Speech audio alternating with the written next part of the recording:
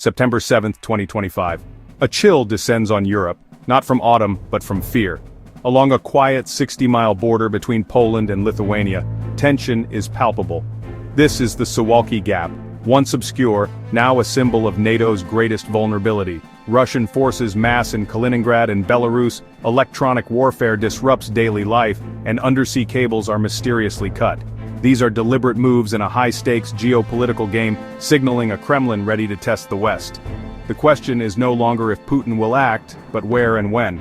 The Suwalki Gap's strategic value is immense. If seized, it would sever the Baltic states from Europe, triggering NATO's Article 5. Such a move would force a direct confrontation between Russia and NATO, an unthinkable scenario for over 75 years. The world holds its breath as the stakes rise to existential levels. The fate of Europe may hinge on this narrow corridor. Geography is destiny in Eastern Europe. The Suwalki Gap, a 60-mile land bridge, is NATO's only route to reinforce the Baltic states. Flanked by Russian Kaliningrad and Belarus, it's a choke point vulnerable to a swift Russian strike. For Lithuania, Latvia and Estonia, NATO membership is their lifeline. Being cut off is their greatest fear. Vilnius, Lithuania's capital, sits just 30 kilometers from danger.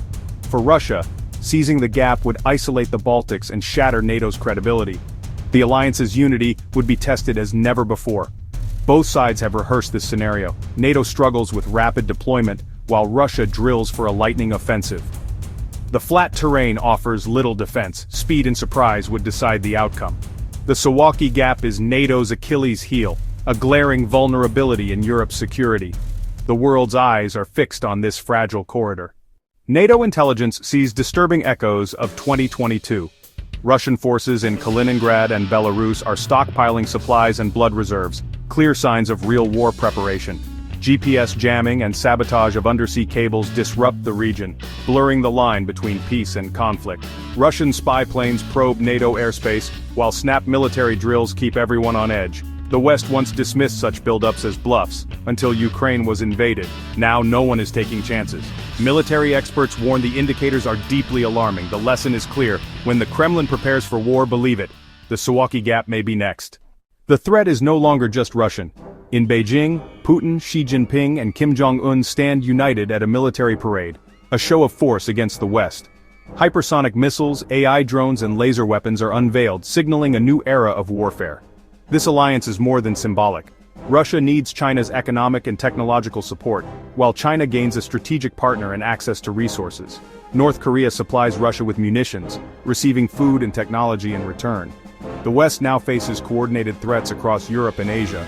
Any conflict over the Suwalki Gap would unfold in this new global context. The stakes have never been higher. Kremlin ambitions are expanding, not shrinking. A leaked map shows Russia's desired borders, including all of Ukraine's Black Sea coast, Mykolaiv, Odesa, and more. This signals a war of conquest, not just influence. The capture of Odesa would give Russia control of the Black Sea and open a new front in Moldova. Russian propaganda now targets the Baltic states, accusing them of Russophobia and mistreating Russian minorities. The same narrative used before invading Ukraine is being recycled.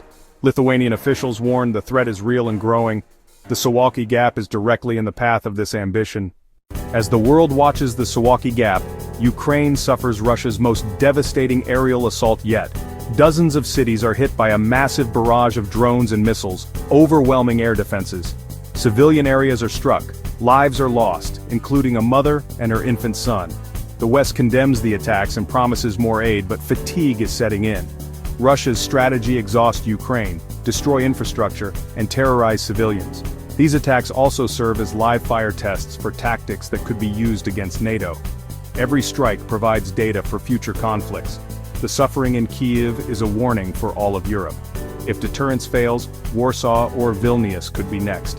The stakes are no longer abstract, they are painfully real. In Paris, leaders from 26 nations debate sending peacekeeping forces to Ukraine, a dramatic escalation. The goal: free up Ukrainian troops by handling logistics and training in safer regions. The move is risky, but the current strategy may not be enough. Putin responds with a stark warning. Any foreign troops in Ukraine will be treated as enemy combatants. The coalition faces a crossroads: risk escalation or back down and embolden Moscow. The decision is a test of NATO's resolve and willingness to face real danger. The world watches as the West weighs courage against catastrophe. The outcome will shape the future of European security. NATO's eastern members aren't waiting for disaster, they're preparing. Estonia, Latvia, and Lithuania are building a Baltic line of defense, hundreds of bunkers, anti-tank barriers, and minefields. These nations have left the Ottawa Treaty, allowing them to use landmines against a Russian threat. Nature is also weaponized. Poland and Finland restore bogs and wetlands to create natural tank traps. Lithuania ramps up defense spending and publishes evacuation plans. Schools teach survival and basic defense skills to teenagers. The message: every citizen is part of the defense. This is a society mobilizing for survival.